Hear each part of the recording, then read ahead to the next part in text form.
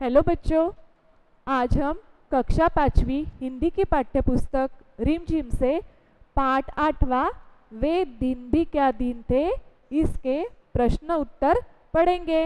इसके पहले हमने पाठ को पढ़ा था, आज हम इसके प्रश्न उत्तर पढ़ेंगे। तो पहला प्रश्न क्या है, सोचो। प्रश्न पहला, कुम्मी के हाथ जो किताब आई थी वह कब छपी होंगी? कुम्मी के हाथ में जो किताब आई थी वह कब छपी होंगी? तो उसका उत्तर है, कुम्मी के हाथ जो किताब आई वह आज के जमाने की छपी होंगी। प्रश्न दूसरा, रोहित ने कहा था कितनी पुस्तकें बेकार जाती होंगी? एक बार पढ़ी और फिर बेकार हो गई। क्या सचमुच में ऐसा होता है? रोहित ने एक बात कही थी, क्या कही थी? कि कितनी पुस्तकें बेकार होती होंगी, एक बार पढ़ी और फिर बेकार हो गई। क्या ये सचमुच में ऐसा होता है? उसका उत्तर है हाँ, सचमुच ऐसा ही होता है। कई पुस्तकें एक बार पढ़कर फेंक दी जाती है और वे बेकार हो जाती है। प्रश्न तीसरा, कागज के पन्नों की किताब और टेलीविजन के पर्दे पर चलने वाली किताब, तुम इनमें से किसको पसंद करोगे और क्यों? तो आपको यहाँ पे आप क्या पसंद करते हैं? पन्ने की किताब पसंद करते हैं कि टेलीविजन के पर्दे पर चलने वाली किताब? आप आपके मन से यहाँ पर उत्तर लिख सकते हैं। मैंने यहाँ पर लिखा है कि हम कागज़ के पन्नों की किताब को पसंद करेंगे क्योंकि वह हमेशा हमारे पास रहेगी और उसे पढ़ने तथा इधर उधर ले जाने में भी आसानी रहेगी, इसलिए मुझे कागज़ की पन्नों की किताब अच्छी लगती है। प्रश्न चौथा, तुम कागज़ पर छपी किताबों से पढ़ते हो, पता करो कि कागज़ से पहले की छपाई किस किस चीज़ पर हुआ करती थी। तुम क्या करते हो? कागज़ पर छपी किताबों को पढ़ते हो ना, तो पता करना है कि कागज़ से पहले की छपाई किस किस चीज़ पर हुआ करती थी। तो उत्तर है, कागज़ से पहले की छपाई लकड़ी, पत्तों तथा धातु के बने पत्रों पर होती थी। प्रश्न पांचवा, तुम मशीन की मदद से पढ़ना चाहोगे या अध्यापक की मदद से? दोनों के पढ़ने में किस किस तरह की आसानियाँ और मुश्किलें हैं? तो आपको क्या करना है कि तुम मशीन की मदद से पढ़ना चाहोगे या अध्यापक की मदद से? यहाँ पे आपको लिखना है। मैंने यहाँ पे लिखा है उत्तर कि हम अध्यापक की मदद से पढ़ना चाहेंगे। अध्यापक बच्चों को आसानी से समझा लेते हैं, लेकिन कई बार अध्यापक बच्चों को कुछ विषय नहीं समझा पाते हैं। वही मशीन से पढ़ाई में बच्चों को समझने में मुश्किल होगी, लेकिन मशीनी पढ़ाई से सभी विषयों की जानकारी आसानी से प्राप्त की जा सकती है। इसके बाद का प्रश्न देखते हैं, वे दिन भी क्या दिन थे? प्रश्न, बीते दिनों की प्रशंसा में कही जाने वाली यह बात तुमने कभी कभी किसी से सुनी है? आपने बीते दिनों के बारे में सोचा और बताओ कि उनमें से किस समय के बारे में तुम वे दिन भी क्या दिन थे कहना चाहोगे? तो जब आपको क्या लिखना है इसका उत्तर, जब हम छोटे थे तब सभी हमसे बहुत प्यार करते थे, साथ ही हमारी सभी इच्छाएं माता पिता द्वारा पूरी की जाती थी। उन्हीं दिनों के लिए हमें कहना चाहिए कि वे दिन भी क्या दिन थे। तो आपको क्या करना है, ऐसे कौन से दिन थे कि जिनको आप क्या कहना चाहोगे कि वे दिन भी क्या दिन थे? तो आप यहाँ पर आपके मन से भी उत्तर लिख सकते हो। उसके बाद देखेंगे कल, आज और कल। प्रश्न 1, परेशान सन 1967 में हिंदी में छपी इस कहानी में कल्पना की गई है कि सालों बाद स्कूल की जगह मशीनें ले लेंगी। तुम भी कल्पना करो कि बहुत सालों के बाद यह कैसी होंगी। तो क्या करना है, हमें कहानी में कल्पना की गई है कि कई सालों बाद क्या होगा, स्कूल की जगह क्या आ जाएंगे, मशीनें आ जाएगी। तो तुम भी कल्पना करो कि बहुत सालों के बाद यह कैसी होंगी। यहाँ पे लिखा है, पेन घड़ी, टेलीफोन, मोबाइल, टेलीविज़न। तो और कोई और चीज़ के बारे में तुम सोचना चाहो तो इसका उत्तर क्या होगा? पेन। पेन कैसे होगा? बहुत सालों के बाद जब मशीनें आ जाएंगी स्कूल की जगह, तब पेन कैसे होंगे? बहुत साल बाद पेन लेज़र किरणों वाले हो सकते हैं जिनसे दूर से भी लिखा जा सकता है। और घड़ी कैसे होगी? घड़ी बहुत सालों बाद घड़ी कंप्यूटर के माध्यम से चलेगी तथा उनमें सुइयां भी नहीं होगी। टेलीफोन और मोबाइल कैसे होंगे? बहुत सालों बाद टेलीफोन मोबाइल का आकार काफ़ी छोटा हो जाएगा और इसमें सुविधाएं भी होगी। टेलीविज़न, बहुत सालों बाद टेलीविज़न काफ़ी पतले आकार के आने लगेंगे। यह दीवार पर ही लटके जा सकेंगे। रसोई घर का सामान, आने वाले समय में रसोई घर में इस्तेमाल होने वाला सामान काफ़ी आधुनिक होगा। इनमें बहुत सी चीज़ें बिजली से चलने वाली होंगी। अगला प्रश्न देखते हैं। नीचे कुछ वस्तुओं के नाम दिए गए हैं। बड़ों से पूछकर पता करो कि 20 साल पहले इनकी क्या कीमत थी और अब इनका कितना दाम है। जैसे कि आलू, लड्डू, शक्कर, दाल, चावल, दूध। आपको क्या करना है कि आलू, लड्डू, शक्कर, दाल, चावल, इनके 20 साल पहले इनकी क्या कीमत थी वो लिखना है और अब इनका दाम कितना है, अब ये कितने रुपए में मिलते हैं ये भी लिखना है। तो आपको क्या करना है? बड़ों से पूछकर यहाँ पर लिखना है। मैंने यहाँ पर आपको उत्तर लिख के दिया है। तो देखो, वस्तु है आलू और 20 साल पहले की कीमत क्या थी? 1-2 रुपए पैसे किलोग्राम। और आज का इनका दाम क्या है? 35-40 रुपए किलोग्राम। लड्डू 20 साल पहले की कीमत क्या थी लड्डू की? 4-5 पैसे किलोग्राम। और आज का इनका दाम क्या है? 200-250 रुपए किलोग्राम। शक्कर 20 साल पहले कितने की मिलती थी शक्कर? 1-2 पैसे किलोग्राम। और आज का इनका दाम क्या है? 35-40 रुपए किलोग्राम। दाल 20 साल पहले 4-5 पैसे किलोग्राम में मिलती थी और आज का इनका दाम है 70-80 रुपए किलोग्राम। और चावल 20 साल पहले कितने के मिलते थे? 3-4 पैसे किलोग्राम के मिलते थे। अब इनका दाम क्या है? 60 और 70 किलोग्राम। दूध पहले 20 साल पहले 2-3 पैसे किलोग्राम में मिलता था, अभी 50 से 60 रुपए में मिलता है। तो इस तरह से आपको इसके उत्तर लिखने हैं। प्रश्न तीसरा, आज हमारे कई काम कंप्यूटर की मदद से होते हैं। सोचो और लिखो कि अपने व्यक्तिगत और सार्वजनिक जीवन में हम कंप्यूटर का इस्तेमाल किन किन उद्देश्यों के लिए करते हैं। आपको क्या करना है कि आजकल हमारे काम क्या होते हैं? कंप्यूटर की मदद से होते हैं। तो आपको क्या करना है? सोचना है और यहाँ पर लिखना है कि व्यक्तिगत और सार्वजनिक जीवन में हम कंप्यूटर का इस्तेमाल किन किन उद्देश्यों और कामों के लिए करते हैं।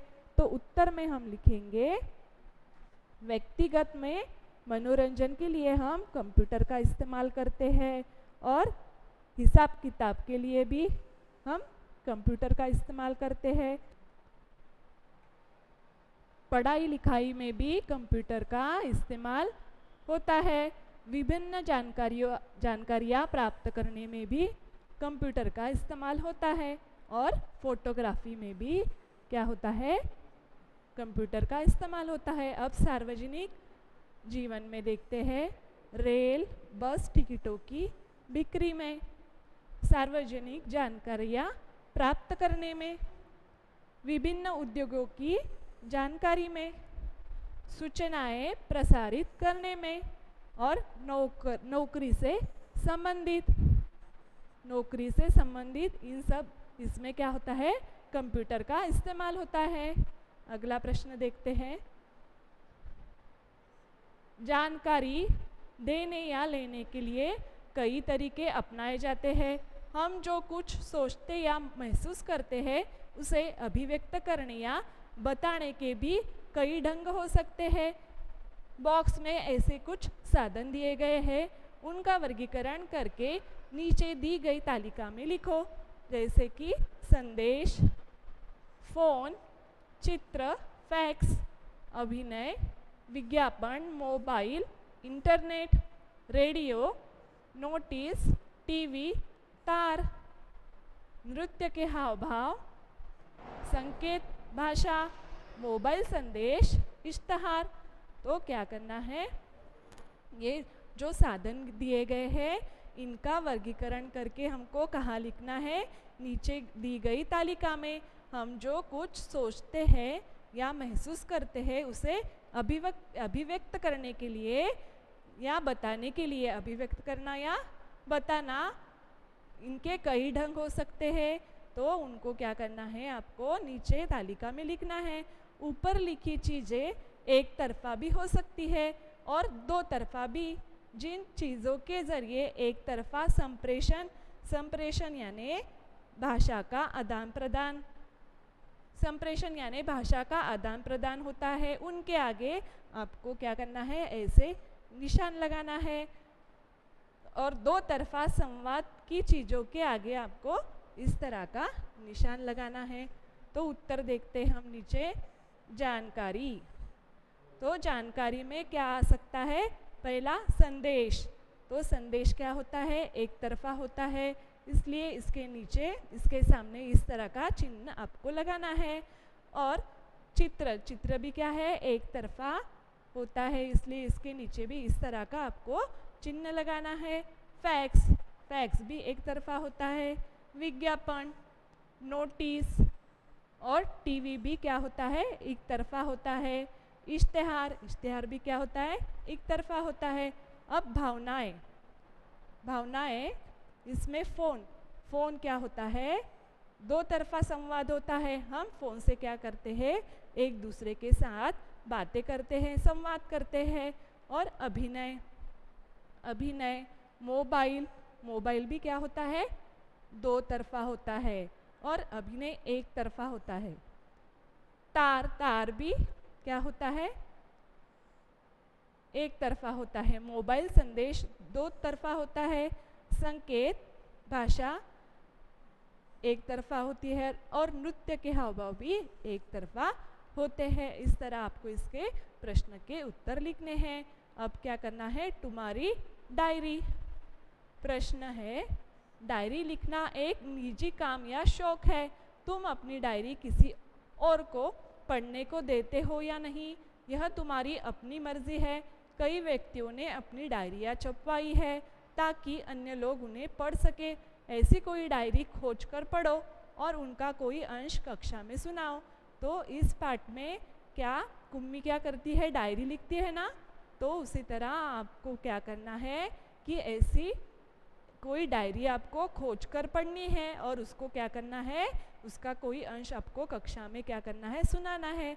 छात्र क्या करे, पुस्तकालय से डायरी प्राप्त कर क्या करना है, पढ़कर आपको कक्षा में सुनानी है। प्रश्न, आगे का प्रश्न देखते हैं। अपनी डायरी बनाओ और उसमें खुद से जुड़ी महत्वपूर्ण बातें लिखो। मैं 5वीं कक्षा में पढ़ता हूँ, मुझे पढ़ना लिखना बहुत अच्छा लगता है, इसलिए मुझे सभी बहुत प्यार करते हैं। मैं पढ़ाई के साथ खेल कूद में भी आगे रहता हूँ। मैं अपने से बड़ों का आदर व छोटे से प्यार करता हूँ। सुबह जल्दी उठना और रात को जल्दी सोना मेरी आदत है। मैं रोज़ सुबह ईश्वर की वंदना और गुरुजनों को प्रणाम करता हूँ। क्या करना है छात्र को, मतलब आपको क्या करना है, अपनी स्वयं की डायरी बनानी है और जिसमें क्या करनी है, खुद से जुड़ी कुछ महत्वपूर्ण बातें उसमें लिखनी है। प्रश्न देखते हैं आगे का। डायरी में तुम अपने स्कूल के बारे में क्या लिखना चाहोगे? तो आपको आपके स्कूल के बारे में क्या लिखना है डायरी में, आप यहाँ पर उसका उत्तर लिख सकते हैं। जैसे कि डायरी में हम अपने स्कूल की गुण विशेषता और यहाँ होने वाली पढ़ाई के बारे में लिखना चाहेंगे। आगे का प्रश्न देखते हैं। कल्पना करो। आपको क्या करना है, कल्पना करनी है, सोचना है कि दोस्तों के साथ बात करके अंदाज़ा लगाओ कि 50 साल बाद इसमें क्या क्या बदल आ जाएगा। जैसे कि फिल्मों में 50 सालों के बाद क्या बदल आएगा, गांव की हालत में, तुम्हारी परिचित किसी नदी में, और स्कूल में क्या होगा 50 सालों के बाद क्या क्या बदल आएगा। तो इसका उत्तर, फिल्मों में आधुनिकता अधिक प्रयोग की जाने लगेगी व यह कम समय में हो जाएगी। गांव की हालत में काफ़ी सुधार हो जाएगा। गांव में सभी सुविधाएं उपलब्ध होने लगेगी। हमारी परिचित नदी में जल स्तर कम हो जाएगा और इसका पानी भी दूषित हो जाएगा। स्कूल काफ़ी विकसित हो जाएंगे और कॉपी पर काम कम हो जाएगा। तो इस तरह 50 सालों के बाद इन सब में क्या हो जाएगा, बदलाव आ जाएगा, बदल हो जाएगा। आगे का प्रश्न देखते हैं, था, है, होगा। तो इसमें से था, है, होगा, इस पर से आपको समझ में आ ही गया होगा ये क्या है, ये भविष्य, ये काल के प्रकार है। काल के प्रकार कौन से हैं, भूतकाल, वर्तमान काल और भविष्य काल। तो भूतकाल में क्या होता है, जिसमें बीता हुआ होता है, जो हमारा समय जो होता है वो बीता हुआ होता है, उसको भूतकाल कहते हैं। वर्तमान काल, जो काम अभी हो रहा हो उसे वर्तमान काल कहते हैं। और भविष्य काल यानी आने वाला समय का पता चलता है, उसे भविष्य काल कहते हैं। तो प्रश्न पहला क्या है, असीमोव की कहानी 2155 यानी भविष्य में आने वाले समय के बारे में है। फिर भी कहानी में थे का इस्तेमाल हुआ है जो बीते समय के बारे में बताता है। ऐसा क्यों? तो कहानी में थे शब्द का इस्तेमाल भूतकाल की घटनाओं को बताने के लिए किया गया है, क्योंकि यह कहानी भविष्य के आधार पर लिखी गई है। प्रश्न दूसरा, जब मुझे बहुत डर लगा था, मैं जब छोटा था, इस शीर्षक से जुड़े किसी अनुभव का वर्णन करो।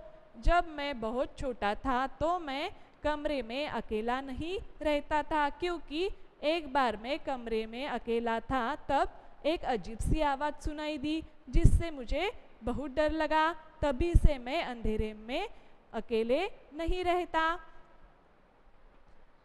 ख, मैं शीर्षक से एक अनुच्छेद लिखना है।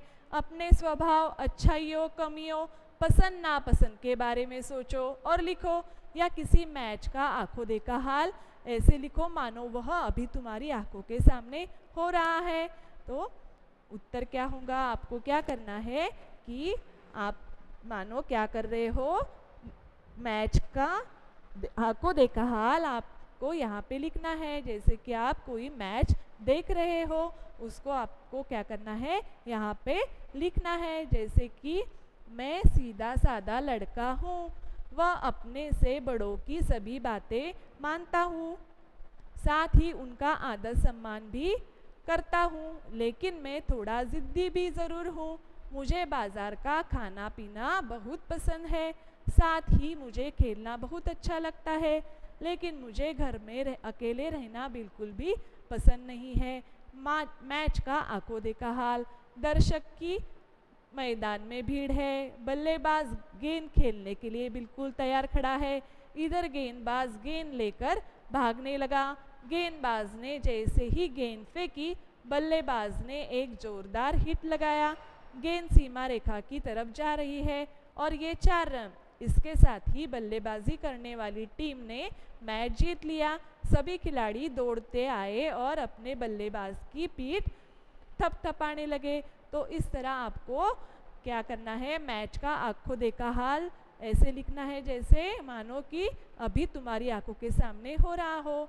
तो अगला प्रश्न देखते हैं, अगली छुट्टियों में तुम हमें नानी के पास जाना है। अगली छुट्टियों में तुम्हें नानी के पास जाना है।